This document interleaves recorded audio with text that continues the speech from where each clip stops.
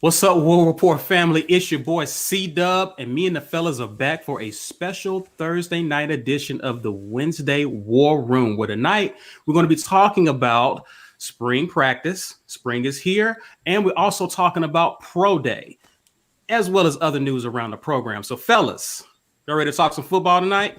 Yeah, let's go. All right. They're ready, and I hope you guys ready because we're about to enter the War Room. You are now listening to a special Thursday night edition of the Wednesday Night Room. Ike Jones, B. Will, Caesar Wall,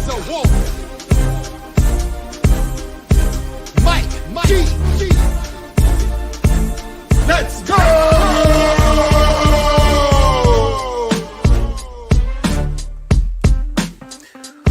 War Eagle, everybody. Welcome to the Thursday night War Room. Let's go. Yeah. Shout out to everyone who's joining us on this odd night. I know y'all missed us. We missed you guys. We appreciate y'all joining us. By the way, before we get started with everything, make sure you smash that like button. Hit us with a War Eagle in the comments. Drop your location if you're new. We want to hear from you guys. Also, we want to shout out a few people while you guys fall in. Want to shout out Be Easy AU for joining the family. What up? Welcome to the family. Welcome to the family. Welcome to the family. Also, I think that was a shout out to JT Martin. JT, what up? That's good. Welcome to the family. Oh yes, and by the way, yeah, Be Easy is he upgraded. So yes, welcome guys. Mike, go ahead and take us away. Did Felix hit us with that upgrade too? He did. Felix upgraded. Felix with the upgrade. He couldn't miss that chop it up. He couldn't miss that chop it up. I see that. I just not caught that. Yes. Welcome, sir. Welcome, sir. So speaking of chop it up, yeah. Next Thursday we have our next Chop It Up with a Pro with our man Devin Aroma Shadu. So if you are an insider, this segment is exclusive to you. Ike and Devin will be doing film breakdowns. So they'll be talking about wide receivers. Devin's going to hit us with his expertise. He was so gracious during his first Chop It Up and his building rapport segment that we just had to have him back for a film breakdown. So don't miss that, insiders. This will be the last Chop It Up that you can see if you are not an insider. So after this next Chop It Up, that segment will be exclusive to insiders only. We may let them run later for everybody, but it's going to be much, much later. And then we have our GoFundMe. So we're doing something special tonight. If you hit us with a super chat tonight, we will take our proceeds, our portion of the super chat. YouTube doesn't give us all the money, but they give us 55% of it. And we're going to donate that to a tornado disaster relief fund to help those affected by the tornadoes in Alabama, which is why we paused the show yesterday. So if you are continue with your generosity, we want to take that money and give it to somebody in need that's affected. As always, become an insider, $5.99 a month. You guys can join the family. We've got some special stuff planned for our insider members as well as supporters. But insiders get that extra level of goodness. So make sure you do that. And lastly, the merch store is up. Get your merch, hoodies, shirts, hats, mugs. It's all hot right now. Ike is working on dropping some strength and conditioning merch, which will be in line with the interview we got coming up. So that's all I got, Caesar. All right.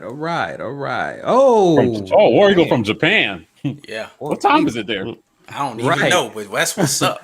From long distance. That's why I'm loving it, man. My man Keontae, I saw him drop up in here, man. What up, baby? I ain't seen you in a minute. Keontae be like sneaking in and then dipping back out real quick, man. I see how you be doing. But, when the season come back, I need you to be back in full force. You understand me? Yeah. Indeed. Guys. Somebody peep what you had going on there, Mike G. You understand? Listen, let's supersize them so they can see that. Hold on. Let me let y'all see what's going on with Mike right here. You see what I'm saying? You see what I'm saying? I told you your boy was gonna be coming with a little something. Just hold your horses. I got y'all.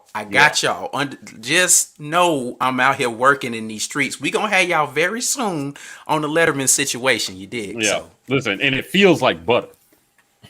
Like it feels like heaven. So when that drops, you definitely want to get on that. It's a high quality product. So yeah, definitely. Listen, the same people who enjoy these sweatshirts and hoodies and high feels, I'm pretty sure it's a similar feel that you're gonna get with that Letterman's jacket. So get your way up. Listen, spring is here, guys. Long awaited. Spring practice is here. Some news coming out, of course, with spring.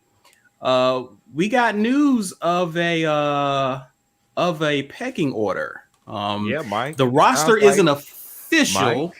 Ooh, shout out to Tay. Tay, what up? I want to see that too. I want to hear that too. Just he ain't here tonight. He was gonna be here last night. He'll be here next week. I did hear my man JG Tate out there throwing the questions out in the presser with Brian Harsin. It would be nice to hear a Love War report in that thing. You know what I'm saying? I was definitely going to. My bad. That's what I meant to hit. Jonathan Harris upgrading on us. Yeah, appreciate you, bro.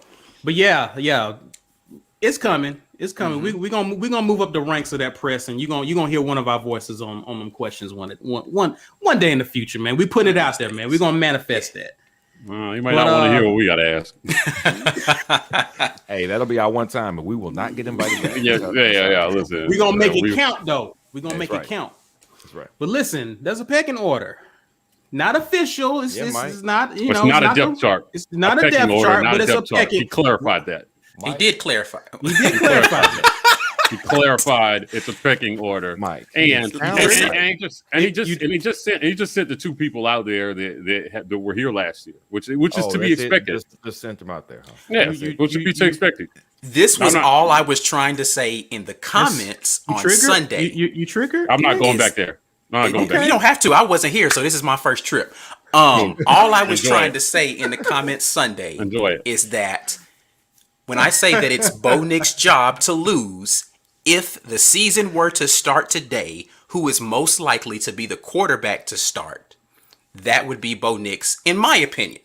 I do believe Brian Harsin confirmed my opinion. Now, that is not to say that Bo Nix is guaranteed a spot. Those two terms or those two phrases are not synonymous. And if you're making them synonymous, then you're not hearing what I'm saying. What I am saying, though, is if it were to start today, it would be his job. So, therefore, he would have to lose that job. That's it. That's the whole point. Nothing else. Let's move on. I'm done. Yeah, well, we can move off of it. Yeah, cool. What up? You know what I'm saying? F. Paris got that little membership time. Right. He doesn't like to rant when he's wrong. He doesn't want to dwell. That's fine. That's fine, Mike. No, I'm ready to move on. Yeah, we're good. We're on to spring practice. I got you. It's all spring good. practice. That is spring practice. Cheers. That's true. Yeah, whatever. But Lloyd was number 2. Are we surprised at that? Not really. Well, I mean, I'm not 100% surprised just because, as Mike said, he's the only other guy that's on the team that also was on the team last year. Yeah. He is the most tenured guy on the team altogether. Like, he is a senior, so he's had the most NCAA playing experience. Everyone else is either a freshman or has not played a single snap in a college football game. So it's not 100% surprising. I do think it is interesting, though. It's not surprising, but very interesting. Just because I'm not looky. Another upgrade. I appreciate y'all, man. Oh, I tell you, there is no link for the Letterman jacket yet. It's coming though. But yeah, so I do think it's super interesting that he's number 2 in the pecking order right now. So we'll see how it goes. Yeah, I mean, again, to me, it's meaningless. It doesn't mean anything. It's just this is a guy that was the backup last year. So he went out as, again, a guy who, he took some snaps for Auburn last year. I think Harsin was clear that he's going to evaluate everybody and that everybody would take snaps with the ones. He also said that, right? Yeah, so awesome. So it's going to be interesting to see. What I did like that I heard from last week was the Bo Nix interview where a reporter asked him. And I like that they asked him this because putting bubble wrap around Bo's feelings has never been my thing. But they asked him, how do you handle all the criticism, that comes with being the quarterback? And he said, all you can do is put your head down, go out and perform. And I was actually happy to hear him say that. And he said, you do that by working on the fundamentals, on technique, which we've been driving home. And I hope that that's what's happening. I hope that's just not like quarterback coach speak, right? I hope that he is actually focusing on the fundamentals, because that's what's going to give him the best chance. And our best case scenario is that he does take that leap so that we do not have to start a freshman. And then that guy has a chance to develop in the system, right? Like, that's our best case scenario. Yeah, not Demetrius Davis going out there cold trying to be Superman for Auburn, right? But if that's what it's going to come down to, that's what it's going to come down to. It's just, hey, these guys are going to compete. The Lloyd thing, again, I just don't think he's a serious contender for anything. So I don't know what to think of Grant Lloyd, honestly. Like, I just think that as far as his size, if Bo takes the leap, right, and they decide Bo has taken enough of a leap that we can redshirt Davis and save a year of eligibility, that's how Lloyd ends up being the backup, right? Is that Bo does take the leap, right? And then they say, okay, if it's unlikely that Davis is going to start, let's save a year of eligibility. Let him learn, and hopefully, again, if we don't have to go to Davis, that means that we're having a great season, right? Like, I hope that's what this means under this new staff, right? Yeah. I like you, Corey. I really do. I like you too, but both for Heisman, and let's pump the brakes on that there. No. I like you because you're trolling. I like you. I like you. 100% troll. Yeah, at least throw some money in with this troll comment. Right. Listen, JT, that's going to the disaster relief. I didn't want to go here, but they put Christ on the cross stuff. I was just like, okay, pump your brakes, young man. Pump your brakes, young man. Yeah, we're not going to compare ourselves to Jesus. We knew what he meant, but man, listen, don't. No, I knew it. Yeah, I get it. Everybody gets criticism, and they hated on Jesus. Just like, all right, man. Bring Jesus. Bo Nix turned into a rapper real quick. Yeah, Jesus was come like, on, man. what? That's a little self-righteous, but whatever. That's a little self-righteous. I mean, how else do you expect him to deflect? Though he's been catching flack really for at least a year and a half. Here's the problem: you deserve it. I'm sorry. Your play earned that. Jesus didn't earn the stuff he got. So let's put these two people in very separate conversations. You are getting flack because you are very poor with your completion percentage and your ability to maintain within the pocket, sir. Jesus got flack because people thought he was outside of the rules. You playing within the rules and terribly. That ain't the same thing. But he also said those things during the presser, right? He said that he needed to work on hanging in the pocket. So yeah. I like the things that he said. I just hope that he actually works on them, right? And I don't think that he has a choice, because it's clear if he's saying it, that somebody on this staff has told him that already. Yeah. He's been given that evaluation already. And I don't believe that he was getting it prior. Right. I mean, I can't believe that he was getting it prior and still doing it that poorly, or maybe he was, right. But like, at least he's recognizing it now, because that's the first step. If you trust the comments that you hear, about what they're saying about Jarrett Stidham, if you trust the stuff that Anthony Schwartz said in his interview, then no, they weren't working on that. Right. Yeah. They weren't working on any of that stuff with Bo on a consistent basis. So, or they were working on it, but nothing was translating to Saturdays, because that's what Schwartz said. We ran all these routes in practice, but we never ran those things in the game. Well, running a route is different than understanding, what the fundamentals of the footwork are, right? Like, that's just like, I just feel as if it was like going through a dress rehearsal for a play, where it's like, okay, this is the script of what we're supposed to do. You're supposed to this and this and that, but you're running a bunch of stuff that you never run in the game. Like, then you're chewing up practice time with unnecessary things. Like, I don't know. I don't understand that. I'm not gonna get on my gush bashing train tonight. People want me to stay off of that, but we try. Absolutely. We're trying to avoid that. And this is what Uzi was asking. What we were talking about. But he's not the first person to say that, though, right? Like, Jordan Palmer is not the first person to bring this up. I mean, anonymous GMs have been saying this, that Gus's system prepared receivers and QBs poorly for the next level. Yes. It's not a C. The cat's out of the bag at this point. It was like they were waiting for Gus to be gone for us to talk about it, right? Like, it just, I don't think that that's being overly critical, because he mentioned Baylor in the same breath.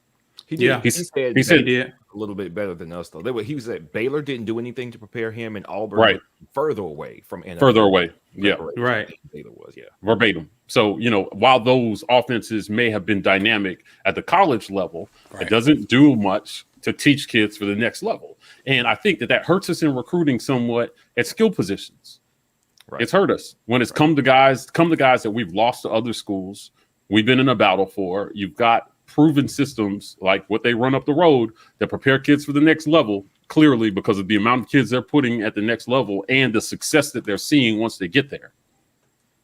We're just not seeing that here. And maybe Harson's system will start to emulate some of that, right? Like that's what we're hoping. So that's why I hope we see during the scrimmage on Saturday, which will be open to fans. Yeah. Did they say whether there's going to be cameras? Are we going to get some highlights from this? Or, I know they're kind of saving that for A-Day, but like, it would be nice to see something. I'm sure there's going to be some form of cameras because they've had them at all the practices. But I don't know that it's going to be broadcast, if that's the question. Right. Yeah. Right. I see Chase H jumped up in here. We didn't talk about Seth, but Seth said it too. Yeah. All these players coming out supposedly at the same time and saying the same thing. There's too much smoke around it for there not to be some fire. And we knew it. Listen, they wouldn't. Why would the player lie? My thing is just like when we say it though, we look like we're trying to hate on people, and it's like I'm not hating on anybody. The players I'm are just saying it. But that's what I'm saying. It's being confirmed by the people who are in the program. Like, and then people were like, "Well, were you there?" I don't have to be there to understand what I'm seeing. Yeah. Like, but let me change the words around. It's not being confirmed by the people in the program. It's being put out by people in the program. Right. That's how this stuff is getting out. I'm just saying, like, what we're saying is being validated by the people who are actually there. So don't jump on me for saying it as if I just made it up.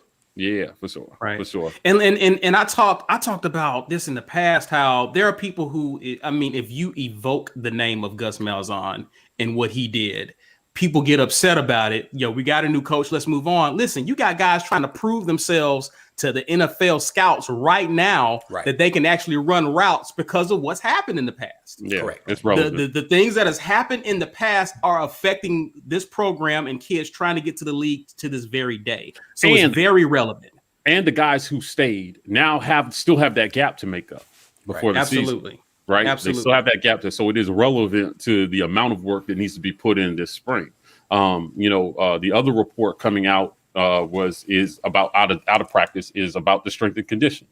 I've seen quotes from players talking about how they're going to look like Marines come August, right? Like, listen, you know me, I got the barbells on the chest.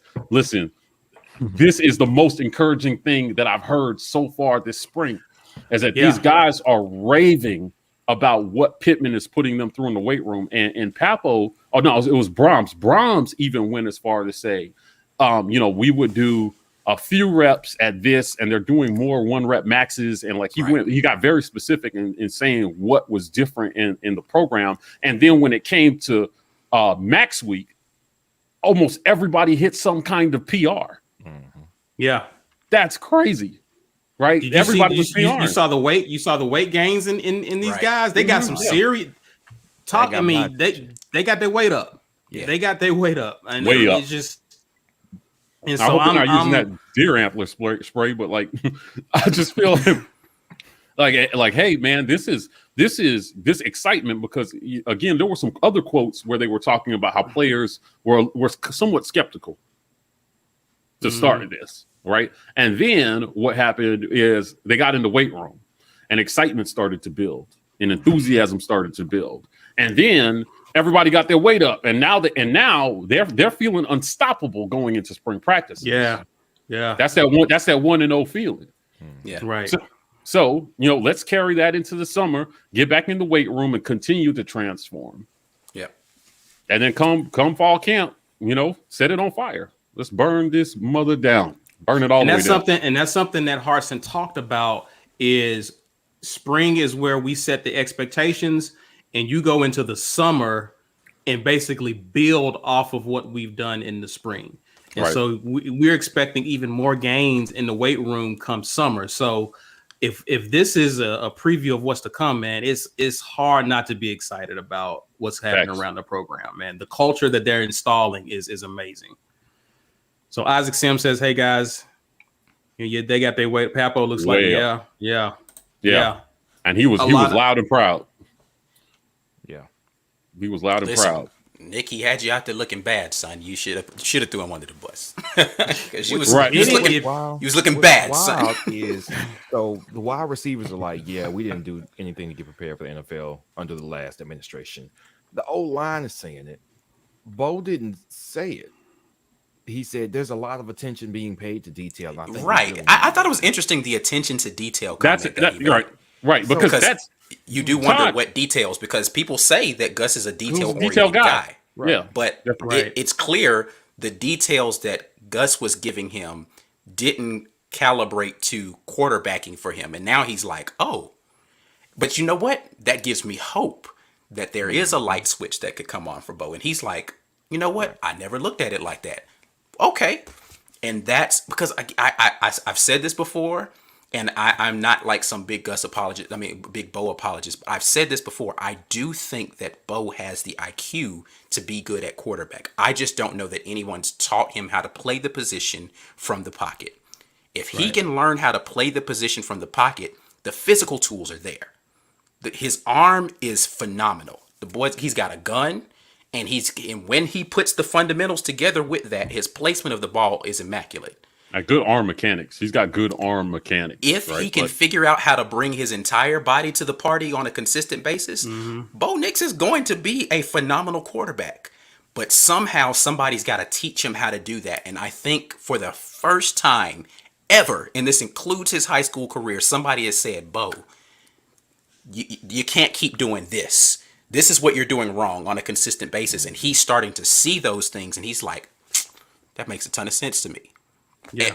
Him saying he's very detail oriented to me says that someone's pointing out things that they've never pointed out to him before. Right. And that's honestly a really scary thought for you SEC defenses out there. I ain't gonna lie, because the boy talent is never been an issue for him. So which is in what's his name? We talked about the recruiting bust that we had, but Byron Coward, when he was here and he left and went to Maryland, he was in the draft and they were asking, why'd you leave Auburn? Auburn was a good program. There were some great guys there. And he said, well, I got to Maryland and I had a coach that taught me how to watch film, how to break down the offensive lineman and see what I'm looking for. And I'm thinking, they weren't doing that here? What were we doing for the last 8 years? Right. We were being held hostage by a 2013 regular season where we lost the national championship. That bought Gus 3 or 4 years to kind of grind us into the ground here. I can't believe he got that long. That upset, like, you know how many guys, like Mike talks about, we didn't have the coaching staff to develop the guys. There are guys here who had to go 6th round or 7th round or undrafted who had the potential to be 2nd, 3rd, 4th round guys, because we had not just on offense, apparently on the defensive line too. We had guys that weren't getting pushed to their potential. I'm so glad that we don't know. You know what that says to me though? What's that? How good must those two guys Derek Brown and Marlon Davidson to not really be coached up and still terrorize defenses every single. How good do you? And how much better could they have been? Right. It's absolutely scary how good they could. Like, that defense was already like ridiculous. Scary. If they had whatever tools that Byron Coward feels like, Miller, what's up, man? Appreciate that very much. Welcome. Whatever tools Byron Coward felt like he got in his Maryland coaching, if they had gotten that at Auburn with those two very ridiculous athletes, it's kind of sad, honestly, to just think that they probably. What round did go? 3rd, 2nd? No, he went 2nd round, right? What do you think about? I'm trying to think of the name, not the two. Marlon Davidson. He went 2nd round or 3rd round. He might have 2nd or 3rd. It was one of the two. I just wondered, is he? I mean, talent wise, he's a 1st round talent. If he gets a little bit of coaching, then his stats probably are 1st round stats as well. And that defense, you probably don't gain yardage on them because they're unblockable, right? Right. Well, Hey, listen, and I'll say this again. You talk about Everybody culture. says second, so yeah. Yeah, 47th pick. You talk about culture, right? And I look at what Harsin has done from the moment he got to Auburn. He worked on his staff. He worked on putting together a recruiting staff to take a lot of the pressure off of the current coaching staff. Those guys were responsible for scouting and finding guys. Right. So when those guys aren't worried about that, you're now focusing on those kids and in film review. I'm hearing these guys talking about watching film before they even hit the field, right? And so if you got those coaches focusing on coaching and development with these kids and getting in the film room, and they don't have to worry about the other stuff, they now can work on developing those kids and teaching them how to play the game and teaching them what to look for on offense. I like just what Harsin is doing just by how he's put his staff together, because now these guys can actually focus on coaching these kids instead of trying to do all of these things. Yeah, that's a good point, Paul. That's a fact. Point, Paul Huggins says, if Brown and Davidson had been better, the SEC refs would have ignored more holding. Yeah, it's kind of ridiculous how much they got held on a consistent basis. And still were Derek Brown, especially. Yeah, they were always holding him. That's Jason, you really just don't like us very much, do you? Like he really comes to every show and he's just like, you guys don't know what you're talking about, man. Well, we're glad you come to the show. What did he say? I really appreciate you coming, but I just want to ask one question. Is there anything we ever say that you actually agree with? Anything? Or is it just like you want to be the guy that brings the balance in the comments, like, hey, don't listen to these guys. Either way, keep coming back. I don't think Garner was terrible. I just think that he didn't adjust his coaching style for No, college. I don't think I was saying that Garner was terrible. Did it sound like I was saying it was terrible? None of us were. No, none of us were. We're going by the account of a guy who was coached by Gardner, who was here, and he was not very successful here. He went elsewhere, and he wasn't much more successful in Maryland. He was just a better player in a less talented pool at Maryland. But when he's talking to pro scouts, these are the words that he's giving pro scouts. I don't think he was lying to the pro scouts. Right. I mean, so I'm going to take it as fact that a guy interviewing for the biggest job of his life would be telling the truth to the people who are interviewing him. So I'm going to take that as a fact. Yeah. Listen, it is what it is. But at any rate, Jason, I appreciate you coming through and hanging with us on a Thursday night, on an off night. Once again, listen, man, can I do this real quick? Mm-hmm. I am unbelievably humbled. Yeah, man. You guys, listen, the number of people who checked on us yesterday to make sure we were all right. Everything is, you see, we're here today. We're definitely here. People who were like, man, I'm super disappointed. You guys, somebody said y'all ruined my Wednesday night. I was so looking forward to tuning in with you. I mean, it's crazy because not Jason. Jason in these comments capping, but he in his feelings. Nah, he's not, man. He's good, man. He said he talks about us on other boards. Listen, man, we appreciate you, Jason, for real. Like but the just to think back a year ago, like we were around a year ago, and nobody would have noticed that we missed a night of not being on, right? Sure. And then you fast forward a year now, and people were waiting for us to go live on a night that we don't normally go live. I appreciate y'all, man. Y'all have become part of like, I know some of y'all by name. I don't know you by face because them little bitty tiny icons don't really do any justice. But yeah, man, I appreciate y'all very much, man. Y'all have made this enjoyable for me, just coming in here chopping it up with y'all. See, listen, this is right here, JT Martin. I was definitely headed to work and got hurt when the day changed. Like no one noticed when we took the whole off season off last year. Yeah, we did like maybe 3 shows all summer last year. Like maybe 3 the entire summer. Yeah. But we missed one night and people was like, what's going on? What are y'all all right? It's a whole natural disaster going on in portions of the state, y'all. We couldn't do it. like we could. So here's the thing. I honestly, I legitimately, we thought about it, and me and Mike talked about, man, we might just hop on, But like in my mind, I'm like, man, these storms are supposed to kick back up later on tonight. I don't even want people wasting like power on phones if they need it later on and their electricity goes off. Like, so I was just like, majority of our viewing audience is in Alabama. y'all have better things to worry about tonight. And I definitely appreciate everybody who wanted us to be here, but we just, we felt like it was better for y'all to do that. So, we decided not to. It's you guys. I love you guys. I can't refresh your YouTube. Deuce Boogie said he kept refreshing YouTube thinking you missed it. Nah, you didn't miss it, man. But we're here. We're here tonight, man. We're here with y'all. And y'all showing up in force tonight, man. We appreciate that. Don't miss part 2 of the A.T. Williams interview. If you didn't catch part 1, that was a great interview that we did with him. So if you don't like what we have to say, you're going to hate what some of these players have to say. I'll tell you that much. Some of these guys who played the game at Auburn, is where we get a lot of our viewpoints from, is talking to people in and around the game. We have very interesting. You're not lying about that one. It says Facts and All is a good one. If you're not a member, you be sure to catch that tomorrow. Yep, we got the new Facts and All. So members, of course, you can go ahead and look at that tonight. Facts and All is up. It is a good one for y'all. To listen, all of them are good. I'm a little biased because I do them, but hey, listen, just go watch the whole playlist, run back through them, and see. Fact check us. See if we've pivoted off of points. It's there for perpetuity. We're not taking it down. So definitely. But check out the interviews. We have some interesting ones coming, definitely. So they're starting to get deeper and a lot more focused on what we're doing in terms of fan education on the channel. So I won't leak the next one until next week. But part 2 of AT's interview is on Monday. So. Go check that out.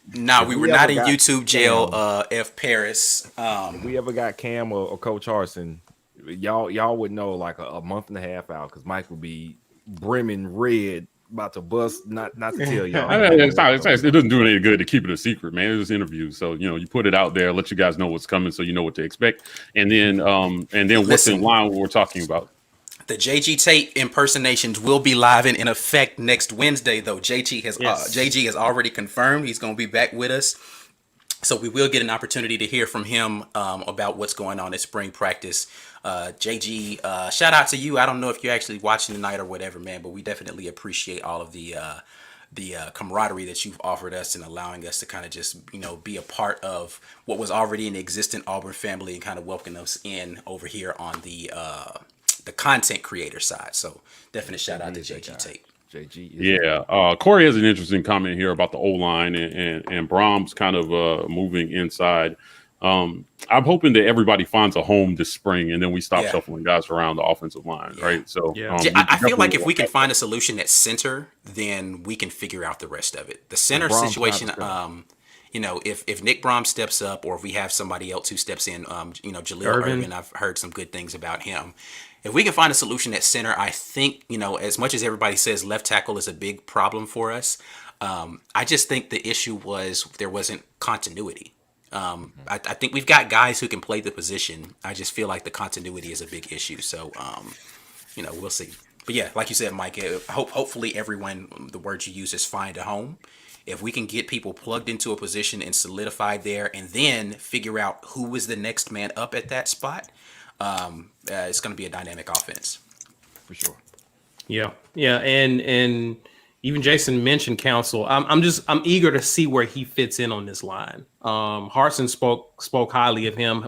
He wanted to keep. I was impressed by how Harsin mentioned how the guys who were injured, how he wants them engaged in terms of picking up things. Like they're just not just standing on the sideline watching. Like he wants them. Some of the guys who can go through certain drills will go through certain drills, but it's just I'm just eager to see where guys like Brandon Council will end up on the line. Could be center, could be, who knows, but I'm eager to see it. I think we're almost about at the halfway point. Mike, you was in the middle of doing some announcement. Did you want to continue? I'm just going to point out again, we got our GoFundMe going as well as any super chats that you guys donate tonight. That for the proceeds of that will be going to disaster relief to help people affected by the tornadoes. So we have a very generous community. I've been overwhelmed by the amount of generosity that we received from our members and from those who sub and watch regularly. So as our platform grows, so does our social responsibility. So we want to be able to help those in our community around us that support our content. And you can help them too by hitting that GoFundMe. Also, get to the merch store. We'll let you guys know with a community post when the merch goes hot. I see a number of comments here with people loving the jacket. So credit to Ike, man. He designs all this stuff. So we're doing to the extent that you guys, are repping us out there. We want to make sure that you're fresh while you're doing it. So that's it. Got a question here.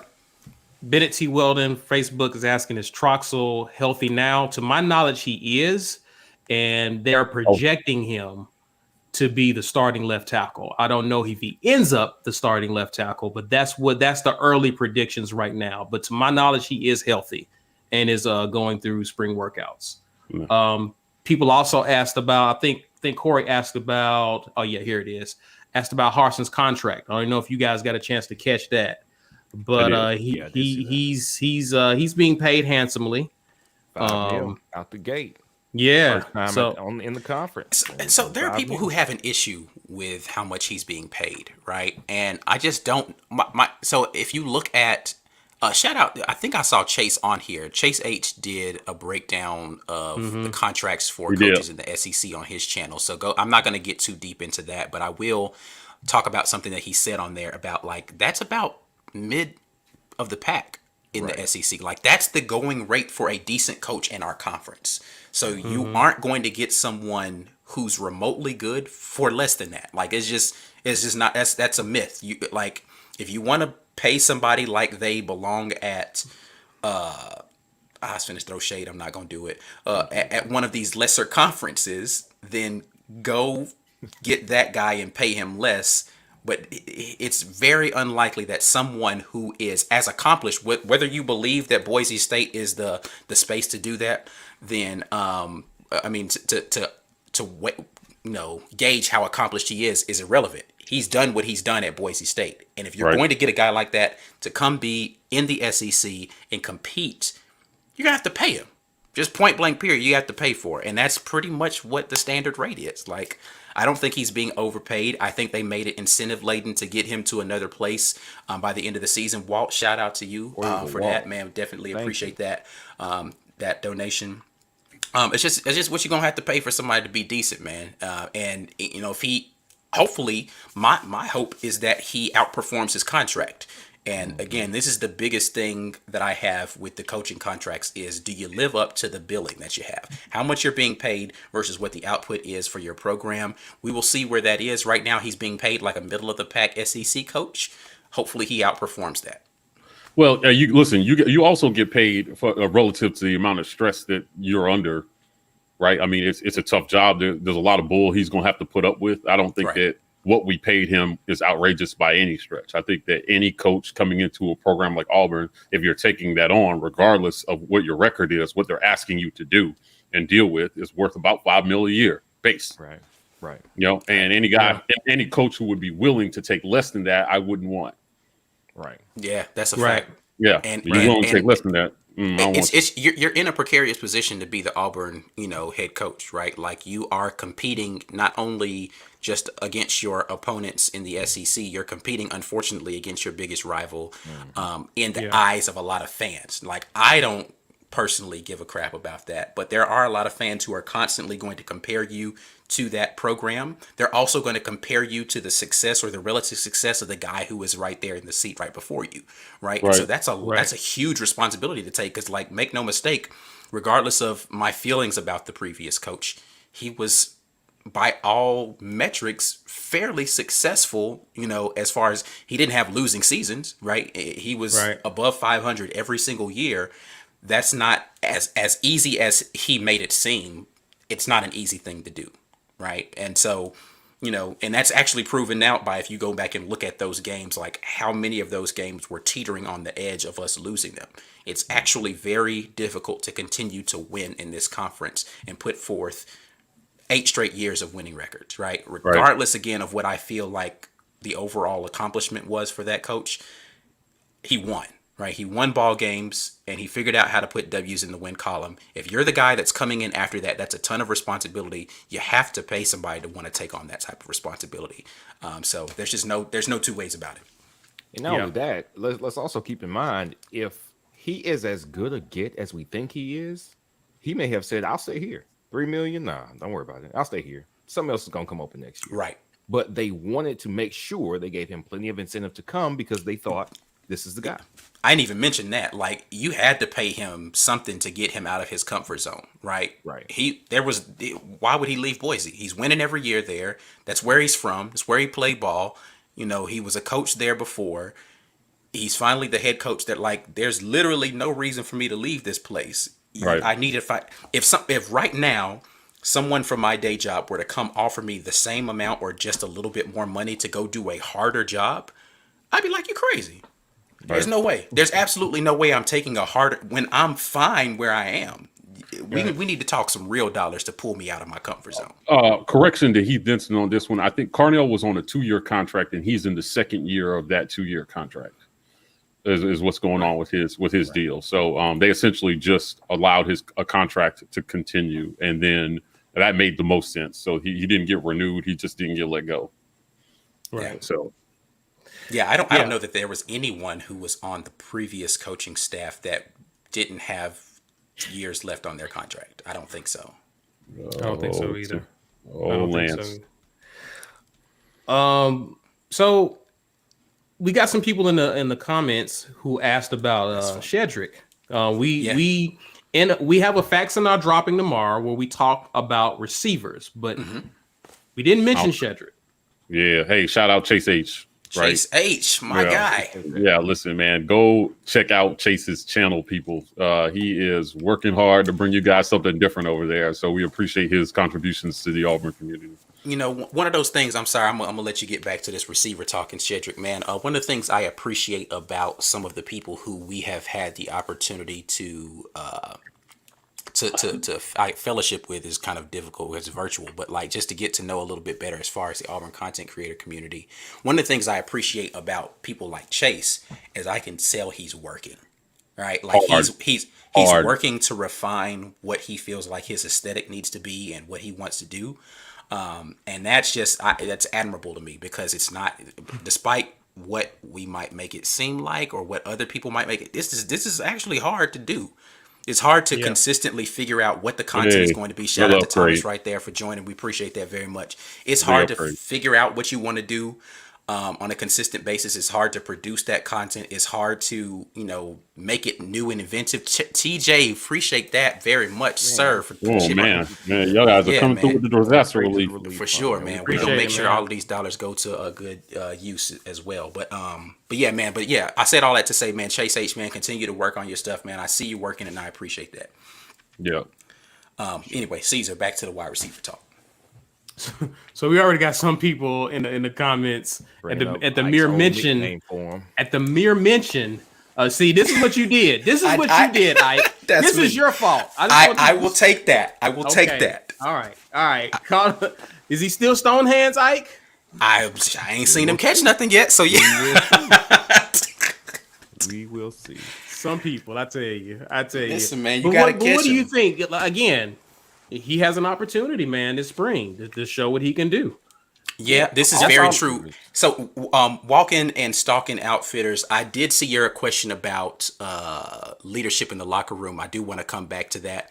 But this is a true statement. He is one of, if not the best, like I really don't know about the rest of the guys because they haven't had a lot of playing time. But even last year, downfield blocking, that's the reason why he continued to get playing time is because he blocked so consistently from the wide receiver position.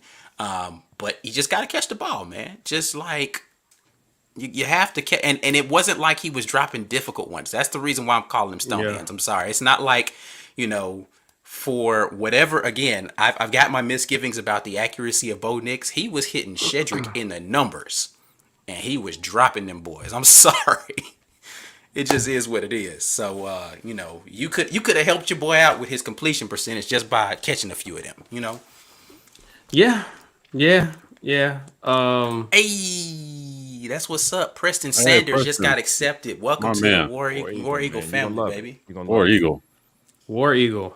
We also have a receiver. Is it Capers that had surgery? Yeah, Capers is out right now. Right. So that opens the door for somebody else to show out this spring. My sleeper has been Malcolm Johnson Jr.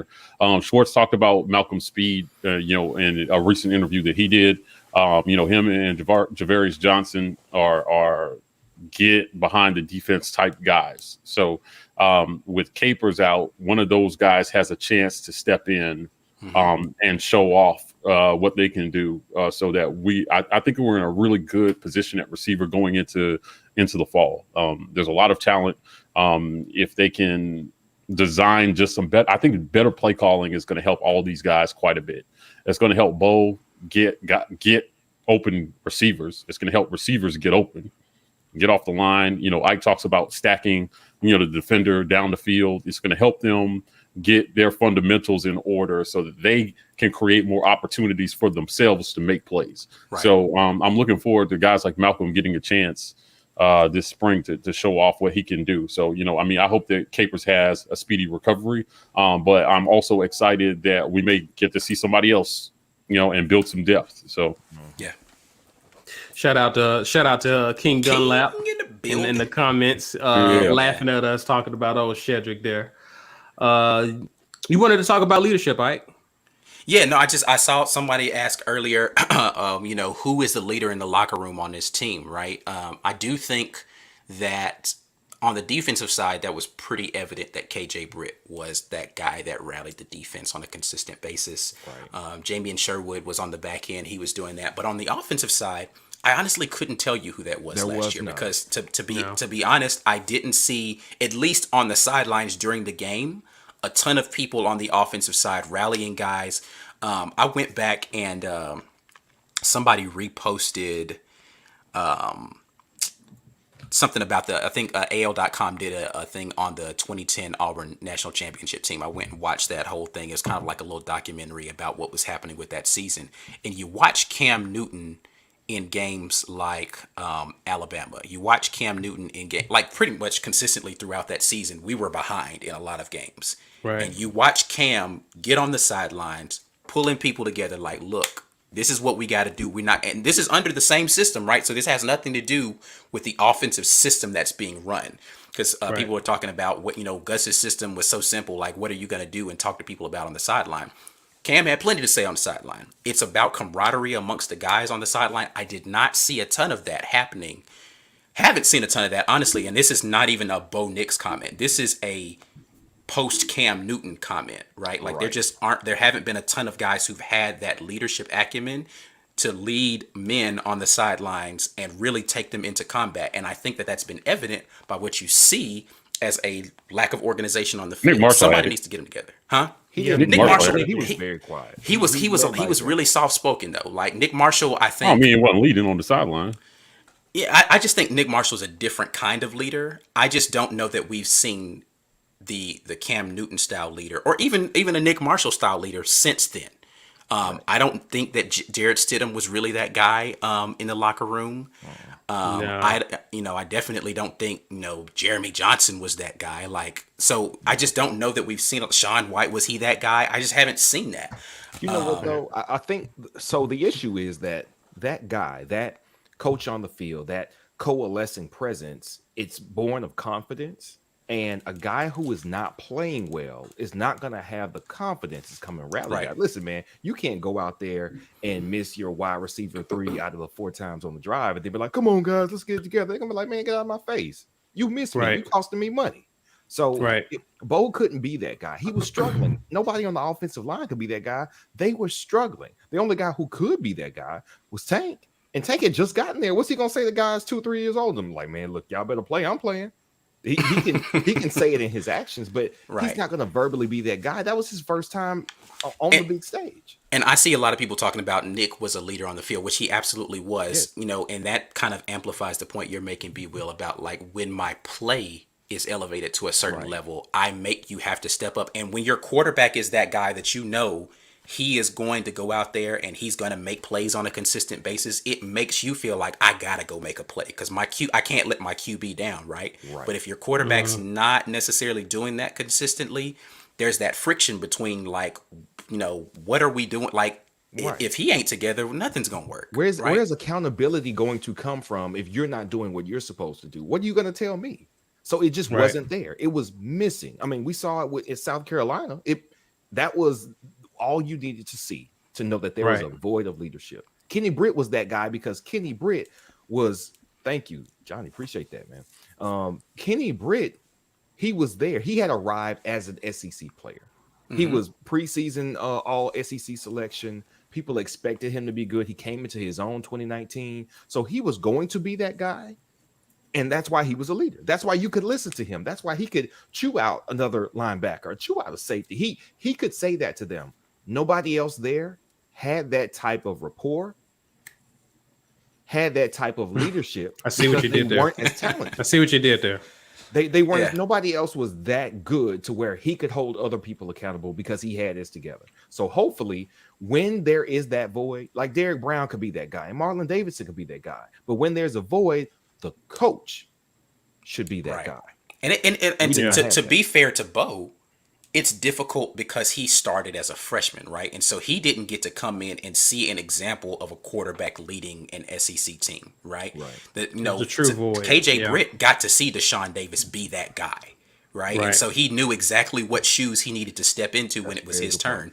Who was Bo Nix going to look to? And like you just said, B, if your coach is not giving you that impetus to say, hey, you need to be doing this. Listen, I can call the plays, but I need you to go out there and lead them. And he doesn't step into that in any other way except bickering on the sidelines. It's not going to work.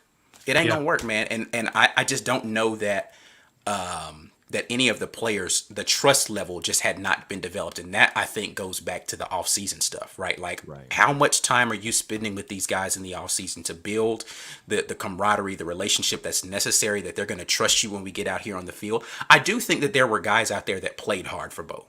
I think that there were guys that played hard for him, but that's still, you need to be able to galvanize 10 other men, right? Not just one or two people who think you're all right. Hell, 22, to be honest with you. You see the effect Tom Brady has on the entire team. People on the defense talking about what playing against Tom Brady in practice does to their level of play. What going out there and know that, listen, man, hey, Scotty, we got the GOAT. Appreciate that, Scotty. We got the GOAT on the other side on our offense. We can't let them down. We need to stop right here. Let's get the GOAT back the ball. That's what happens when you as a leader can affect everybody else on your team. Now, that's an extreme example because you don't have anybody with that type of rapport and that type of reputation in college. Like, I mean, nobody has that. But yeah, that's what King just said. It's rare, right? Cam is just a different animal, especially in college. He came in and knew. I say by game 3, everybody knew, like, this is that. We can't let him down. We know he's going to do it. We can't let him down.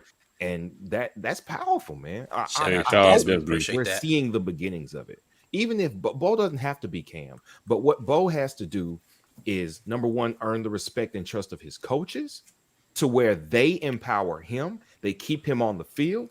They put more in his hands in the offense. And then we get some production and the defense goes, oh, you mean they're not going to let us down? We don't have to carry them? All right. I know they're going to do it. So now I'm more motivated to do my part. Yeah, I agree with this. The seniors on the team are all offensive linemen for the most part. Like, there's very few underclassmen in that group. So they have to, like, someone from that group needs to step up. And honestly, if we go back to last year, because, Bo Nix was a freshman. He was a sophomore last year. The seniors that were in that crew, they were wide receivers. Yeah. Right? Like, Eli Stove needs to be somebody who's on that sideline, making sure that people are doing what they're supposed to do. Right. The junior in that squad, Seth Williams. Where is your... You know what? I'm not going to get on the Seth Williams whole situation. I think Seth Williams. I again, when you start to say a person's name too much, that people say you're bashing them. But listen, you're still gonna talk about him a little bit though. I just think the offensive line, they all suffer from poor coaching. They suffer from poor coaching and poor schemes. And at the end of the day, they were just going out there and doing what they were asked to do.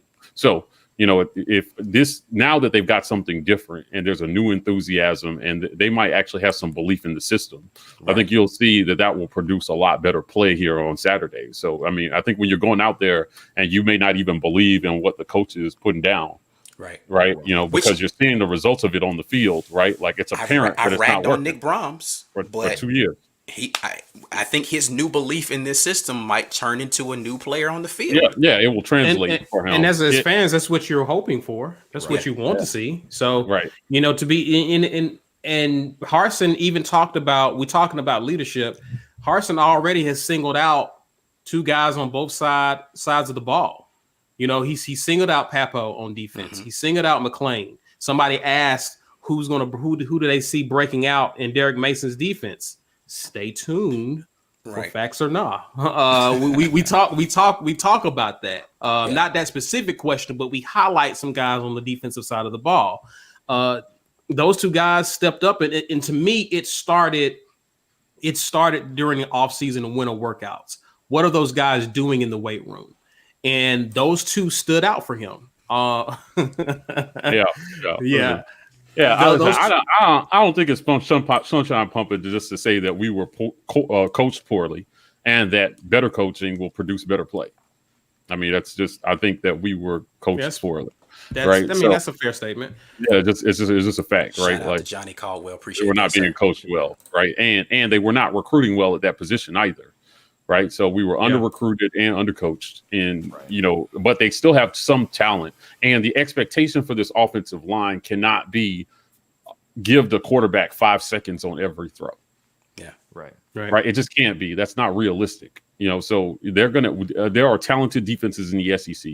They're gonna get beat from time to time, right? And we need a system that accounts for things like that, right? Like we need the system to help the players some where they're weak, and we need to scheme around deficiencies better.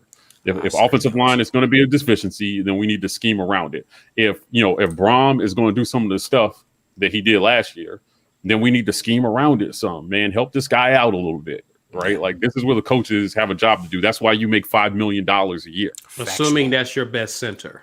Assuming that's your best center. Yeah. If you don't put him out there, help him out. See where he's weak and help him out some. Get the ball. If you know where Bo is weak, help him out. Get the ball out of his hands, right? Give him plays that he can, and checkdowns that he can fall back on when, he wants to revert to his worst of tendencies, and then make him rep that over and over again. So the new habit is when I get in trouble, instead of panicking, I find my check down, right? I get the ball out of my hands. Bo talked about that he noted in one of his interviews that he's going to have to go under center a lot more than he's used to. Yeah. Right. So, Corey out here throwing daggers. That's just mean. He's mean spirited. But Corey on fire tonight. Yeah, he is. Yeah, he is. Well, Bo noted that he's going to have to do Uzi, I think Corey's TC's showing you up right now. The Bo noted that he's going to have to do some different things than he's been doing, right? And as they start to go through, what they're being asked to do, I think a lot of the players will look at that and in a better scheme, be able to revert, again, what is my next thing? If I get beat, what do I do? Right. If my receiver isn't open, what do I do? It just seemed like there was no plan B in what we were doing before. And it seems like Carson is giving them that. They're not teaching them situations. Like, you might get beat. Yeah, that happens. You harp on this a lot, Mike, situational awareness. I just wonder how much of that was getting drilled into them, and now was the time to start working on that stuff. The South Carolina game was a perfect example. Yeah. Right. At the end of that game, nobody had any situational awareness. Yeah. It's fourth, it's the end of the game. It's fourth down. It's touchdown or first down.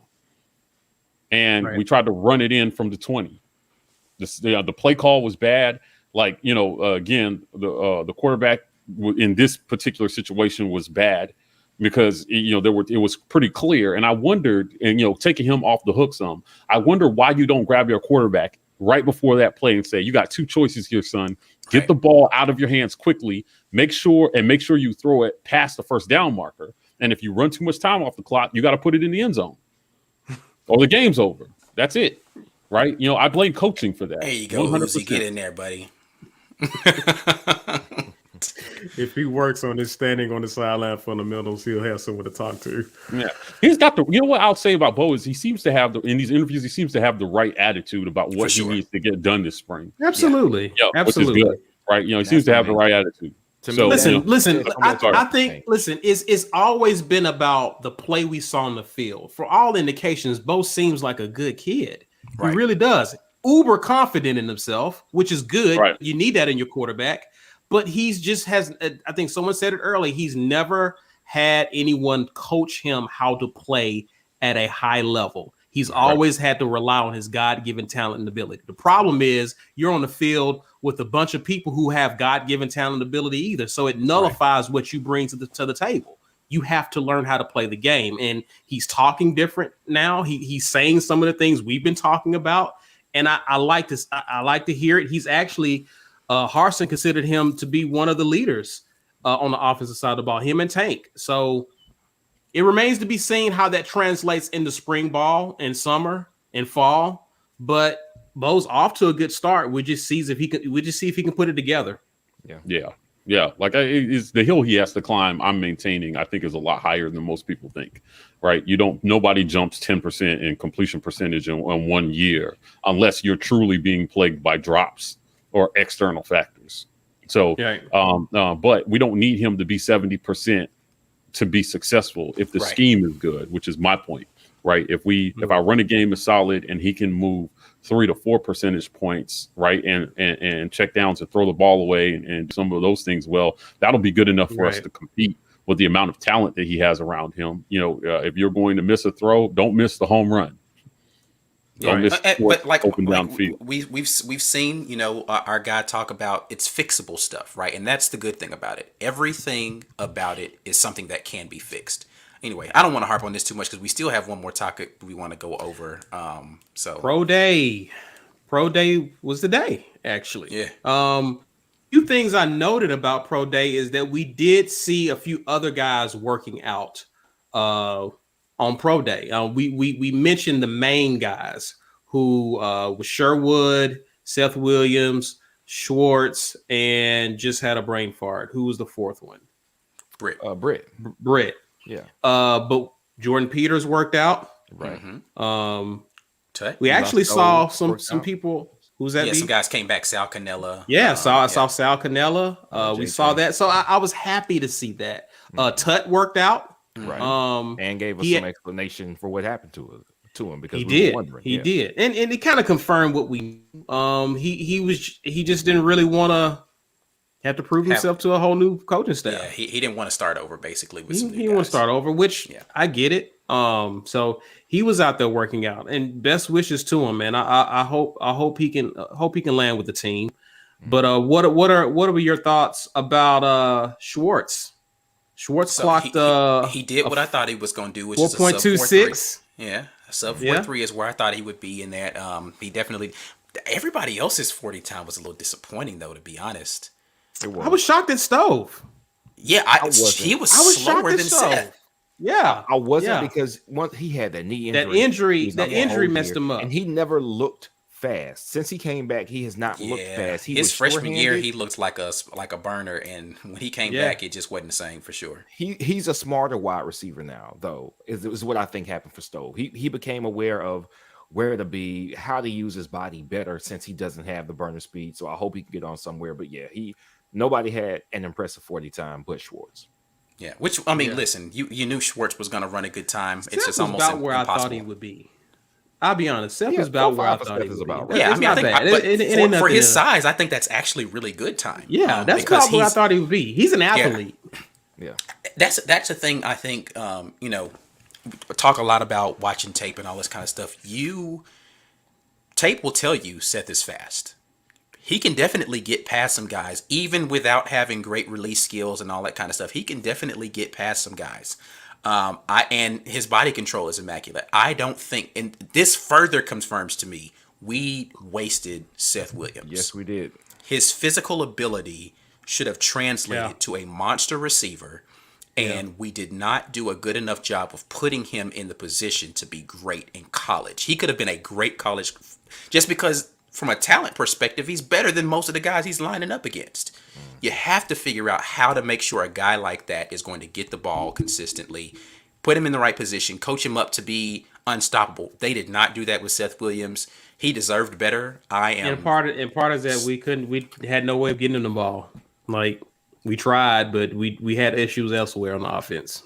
I mean, I don't even think that that's true. Like I think, Seth is one of those guys. You realize that, back to what Mike said, right? You understand what your deficiencies are. You understand what your strengths are. You go into the game with a game plan that says we're going to feed our strengths and hide our deficiencies. We did not do that. You understand that Seth Williams is a possession receiver, and you understand that he becomes disengaged in the game if he doesn't get the ball early. How is part of your game plan not making sure we're going to get a couple of easy throws to Seth Williams where he can body up his guy? Not something where it's got to be some elaborate screen, No. All right. 5 yards, back shoulder, Seth Williams a couple of times in the first quarter to make sure he's engaged. You're getting the ball out of Bo Nix's hands really early, and he can use his God-given skills. And then the defense has to play that a little bit differently, and now you're going to run it down their throat. Why is that not the scheme when you know this guy is good at this, right? Like it's not a mystery. Everybody can tell you he's a good possession receiver. Use his body. Get a throw that Bo is comfortable with. Do that a couple of times because, as Brian has said many times, B. Will says often, Bo Nix he's a streak shooter. He's going to be somebody, if he gets a couple of throws, then he's going to get into a rhythm. Make that make sense to me. And you see how fast the kid is. Like, I don't understand, man. Like, I don't get it. I don't get it. Yeah, and he has some things to say, too.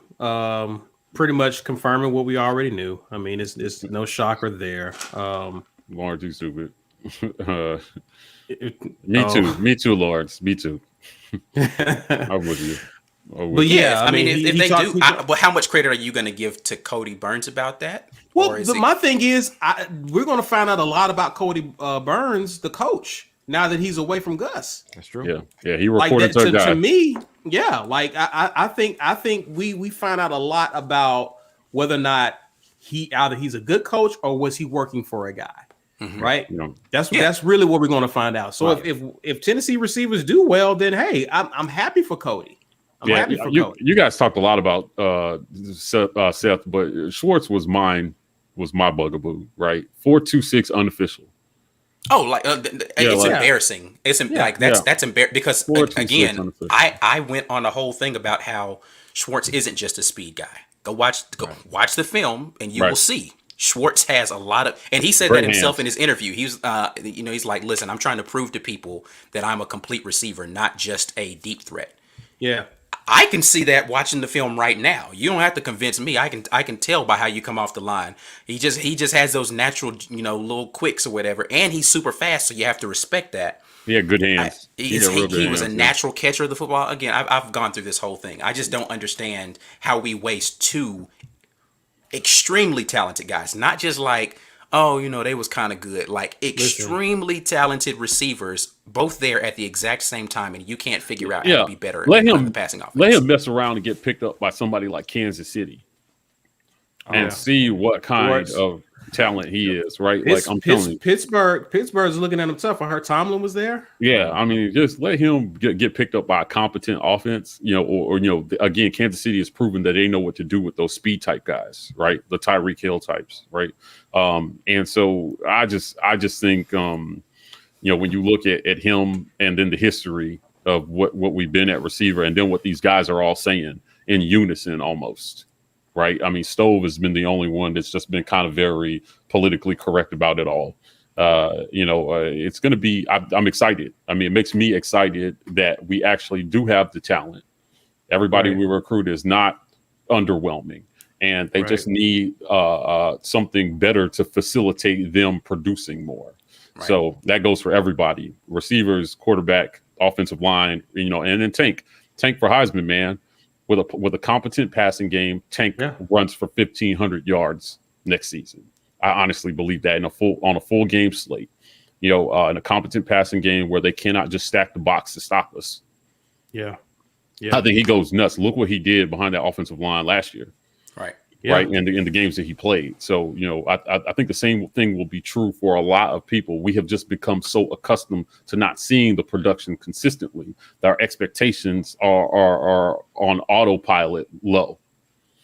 So, with a new system and a bunch of talent, you can see, similar to what we experienced in 2013, coming off the worst season in 50 years, how can you go from that to national championship in a year if the talent wasn't there? That's not a mistake, right? The talent was there. So I think there's a chance we might see a little bit of the same thing.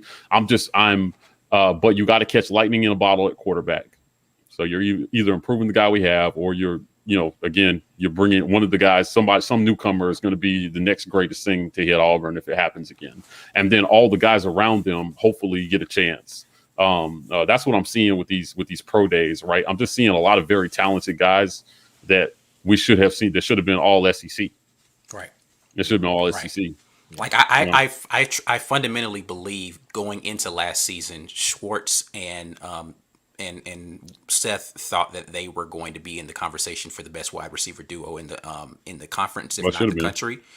And it just didn't materialize into that because they couldn't get on the same page with the quarterback. They just couldn't. We can talk what we want to about the spring and installation of a new offense. It takes absolutely nothing to pick up a football and go play catch with some guys. Yeah, I think it's telling that these guys essentially saw that they gained nothing by coming back for another year. Right. Yeah. Right. Which might not be completely true. I think most of us are in agreement that Seth did have some things he could have worked on, but we also see that the tools he has are as fresh as they'll ever be. Right. And there's no reason to put off. All he has to do is convince the NFL that the system was the reason. The quarterback play was the reason. The quarterback play was a product of the system, but I'm ready. So put me out there. Right. And I still think there are going to be questions about his character handling the lack of production or the quarterback play. And that's really going to be his biggest, what holds him back in the draft process. But like you said, there was very little reason for them to come back here for what was going on here. Best of luck to all those guys, though. Like I want to be rooting for those guys and seeing them on NFL Sunday and saying, War Eagle, Seth Williams, absolutely, killing it for whatever team he's playing. One of the things that he's going to get asked about a lot is his sideline tantrum with Bo. Right. They're going to ask him. He's going to get asked a lot of questions about that in his interviews. And so, it would have been interesting to see if he did come back, how Harsin handles some of the showboating stuff. I'm very interested because I'm going on record, almost every other week saying I'm surprised his antics didn't cost us more than they did. Right. There's a great receiver, but flexing on receivers right in front of the ref and doing some of this stuff. The whistle for him a couple times. Yeah, they did. Must have been paid up. Yeah, I'm telling you, something happened, right? They definitely paid the ref dues on some of his plays, and so again, when he returned the favor on the Mississippi State DB, right during that game, where listen, you can jaw, you can do some things, but some of it was just so over the top, and NFL teams are going to want to know, if it's the end of the season and the game or playoff appearance is riding on a win, and you make a play and then immediately hurt your team, right? You pick up like a shoe and throw it or something crazy like that. I'm just picking random scenarios out. It's real money. It's real money for a lot of people that are getting that's at stake because you threw a tantrum, and they're going to want to know. And I want to see how Harsin is going to handle the development issues, right? Like the character stuff. So they're saying that it is a military style approach that he's bringing to this. Yeah. And I can't help but think like maybe these guys saw that, and after 3 years of what they were in, like, listen, that's cool, but not for me. I might as well jump. And the guys who didn't have a choice but to come back, they don't have a choice but to buy in, but they are buying in hard on this military style approach. So I hope that it brings some more on-field discipline. I hope that discipline, that mental discipline translates on the field to fewer penalties. Do your job and no frustrating penalties on offense, right? And a better play. That's what I hope. With these guys that I've seen. Shout out to AU football on Twitter, man, with the videos that they've been running constantly, man, showing the first day of practice, the workouts, and you constantly you're seeing Harsin, who's been consistent in his messaging. Everything we do matters. And so basically what that's saying is you have to take ownership for everything that you do when you're out on that field, whether it's during a play, in between plays. And the players have talked about how Harsin is a no-nonsense coach. Yeah. You know what I mean? He's a tough coach. And so, the question about is how's he going to handle like stuff like that with Showboat? I don't think he's going to have a lot of patience for that. No, I don't think so either. And if he's preaching the fact that you need to, everything we do matters, then I would have a hard time seeing a guy behaving that way and still seeing the field. Right. That there's a greater level of accountability I'm expecting coming from Harsin. So yeah, I believe he'll set him down. It's a new day, man. It's just a new day. I'm excited about it. It's a fresh reboot, and I'm interested to see how these kids continue to respond to this new coaching. So, yeah, I think it's going to be interesting. I'm looking forward to seeing. Again, everybody's saying the right thing right now. Everything that you hear coming out of the camp has been super positive in regards to, and that might be selective, release. Like they're putting the right guys in front of the microphones to say the right things. But what that also indicates to me is that they have a pretty tight rein on who they want to be representative of the messaging, right? So it's always everything that we're putting out in front of you is going to be on message, on brand. Anybody who's breaking rank with that, then go chill somewhere else. But I mean, what makes me feel as if it's not just for show is you see the guys on social media going live during Max Out Day, and they're all in their hype and they're having fun. That doesn't look like a bunch of people who haven't bought into what's going on. That looks like a room full of energy. This isn't, in front of the Auburn media cameras. This is my own personal Instagram live. This is my own Snap, my own whatever. And it's energy, and it's the same kind of energy that's being put out there on the social media for Auburn officially. Right. And so it just feels very organic. And I love to see that. Got a question about, I'm not sure. I know Saturday is going to tell us a lot about if he's allowing coaches to speak or not. I'm not quite sure about that. Yeah, honestly, I'm not sure I want to hear a ton from the other coaches right now. Get out there and coach. I want to see production. There's nothing really I want to hear from until the season started. We weren't hearing from how much did you hear from Coach Steele during the spring practice last year? Not much. Right. You didn't really talk to Chad, during last year. So until we get to media days, until we get to the season, there's probably not going to be a ton that they even need to be saying. Right. So a couple people have asked us about, are we going to be present down there Saturday? I do not anticipate being down there Saturday. So I don't know what we're going to talk about it, of course, on Sunday, but we will not be there for Saturday for that open practice. But A-Day, we do plan on doing something. We're not quite ready to talk about what we got going on for A-Day, but we will have some stuff coming up for A-Day. So y'all stay tuned for that. I think that that Harsin wants to control the messaging right now. I mean, he's a new coach, right? And while he's getting on the same page with his guys. Right. I think that I think the university is trying to sell this still to fans that this was the right pick. So I'm not sure you want to hear a lot from anybody else right now under the circumstances. He needs to be the prominent voice in what's coming out of the program at this moment so that everybody can start to understand why they paid this guy over $5 million a year. Win some games, and then let's hear from the coordinators, or as we get to a little closer to camp and they start talking about some of the things that they're going to do, right? He is saying that they are going to speak this either tomorrow or Friday. Yeah, I'm sure. But, again, consistently, you'll mostly hear from Harsin. Yeah. I think that's the guy everybody needs to hear from. So if you guys were not aware, Lawrence Robinson is not a fan of Chad Morris. Just in case you're in the comments on YouTube, he's not him and Chad Morris. I didn't know that. Yeah, I didn't know that at all. Just put it out there. He might not like him. I had a hint that he might not. Listen, if y'all follow me on Twitter, I'll be interested to hear if anybody hits practice. I'd be I enjoy our community a lot. Sure. And I enjoy that you guys engage. And my inbox on Twitter is always going off like, hey, Mike, did you see this? Did you see that? right? If you're going down to practice on Saturday, DM me and tell me what you think and what you see. There's one thing to read something on paper. It's another thing to go down there and see it with your own eyes. Right. So to the extent that we won't get to see it, I'll be interested to hear you guys' stories about what you see when you go down there. Now that they're opening up practice, you can tell a lot, by body language and some of the things they're doing. He'll be pretty vanilla. He's opening up this practice allows recruits to attend. Right. So this is a little bit of a recruiting ploy to be able to get some unofficial contact with recruits or whatever. But it's a loophole. But he's smart. I'm glad our coach is smart enough to do it. Right. So open it up.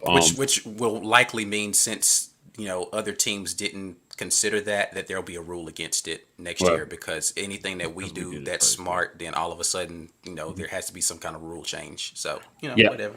I think that it's going to be open. I don't think it's just going to be a 20-minute deal. I think that it's going to be open for a good portion of practice, right?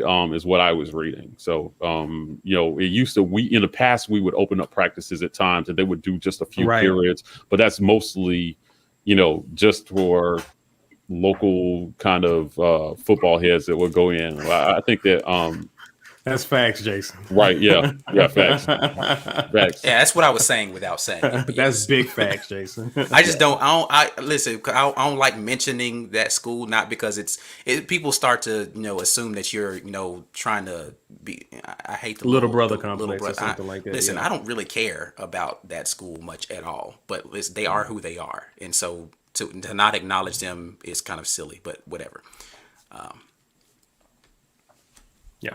Yeah, facts.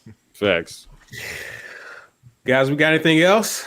Yeah, listen, thank you to everybody who donated. We're donating funds to disaster relief. So to the extent that you guys did that, thank you for doing that. We do have our GoFundMe set up if you want to support our work and get in on some of what we're doing. We have some exciting things planned in the future. We also this coming Thursday, is it this Thursday, Ike? A week from today, yeah. A week from today. Yeah. So Chop It Up with a Pro is coming. And we'll be breaking down film. If you are an insider, you get to interact, ask questions, be involved in there. I was very impressed with Ed Darby, man. If you guys see Ed in the comments, give him a shout out. He's one of our most analytical listeners. But that segment is primarily for you guys to be able to ask your questions. We can't get to everybody's comments here on every live. During our Chop It Ups, we do almost nothing but answer comments. So on the second one of the month, we will add the film breakdown. So if you're an insider, don't miss that. And then we have memberships. So a lot of you guys signed up today. So we thank you guys for joining our community. $5.99 for that insider level, $3.99 for early access to things, and also to support our work, whichever level you choose. We definitely appreciate any and all support. And the merch store. Listen, this merch is hot. I will never get tired of wearing our stuff because it's good. It's nice and it's good and it's not cheap and the material's great and it's well designed. Shout out to Ike on the design. So get your merch, hit that merch store. The link is in the About section on our YouTube channel. You can hit that. We're active on Facebook, Instagram, Twitter. Hit us on all of it. Yep. We out here. As always, you can like and subscribe to us on YouTube if you have not done so already. If not, what are you doing? Mike already mentioned Twitter and Instagram. We're the War Rapport there, and we are TW Rapport on TikTok. Signing off, as always, War Eagle. Where are you? War Eagle. I'll let y'all Sunday.